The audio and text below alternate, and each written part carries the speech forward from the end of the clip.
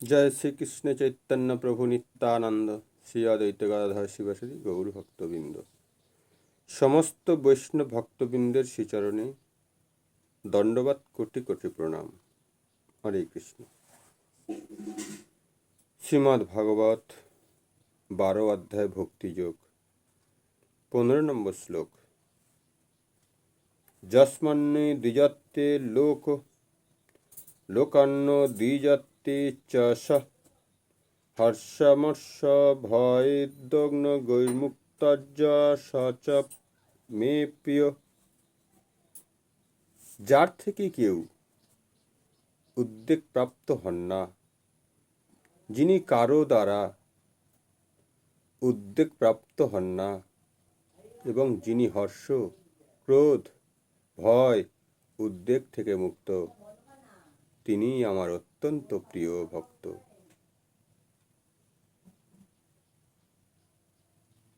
কখনোই কারো দুঃখ, উৎকণ্ঠা, ভয় অথবা অসন্তোষের কারণ হন না, যেহেতু ভক্ত সকলের প্রতি কৃপাপরায়ণ।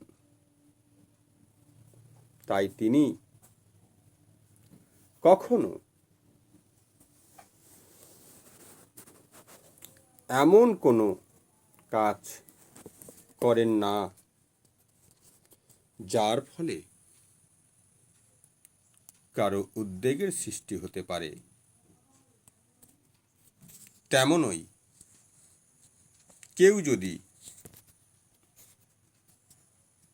ভক্তকে উদ্বেগ দিতে চায়, তাতে তিনি বিচলিত হন না। ভগবানের কৃপায় ফলে তিনি এমনভাবে অভ্যস্ত যে কোনো রকম বাহিক গোলযোগের দ্বারা তিনি বিচলিত হন না। প্রকৃতপক্ষে ভক্ত যেহেতু সর্বদাই শ্রীকৃষ্ণের ভাবনায় মগ্ন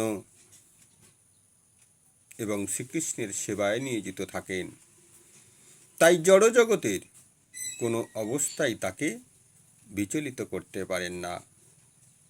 বৈষয়িক মানুষ সাধারণত ইন্দ্রিয় সুখ ও দেহ সুখের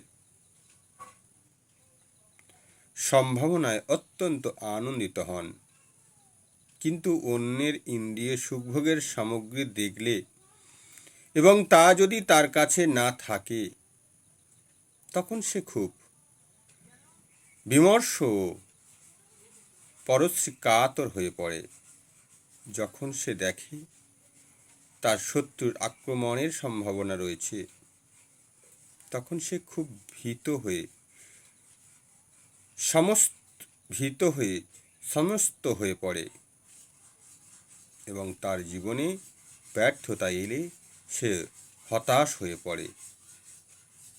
কিন্তু কৃষ্ণ ভক্ত সর্বদাই এই সমস্ত উপদ্রবে অবিচলিত, তাই তিনি ভগবান শ্রীকৃষ্ণের অত্যন্ত প্রিয় ভক্ত। প্রেম সে বলো রাধে রাধে। সমস্ত বৈষ্ণব ভক্তবৃন্দ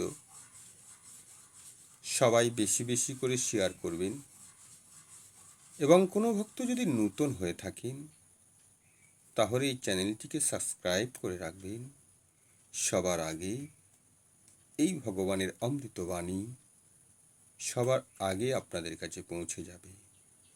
প্রেম সে বলো রাধে রাধে।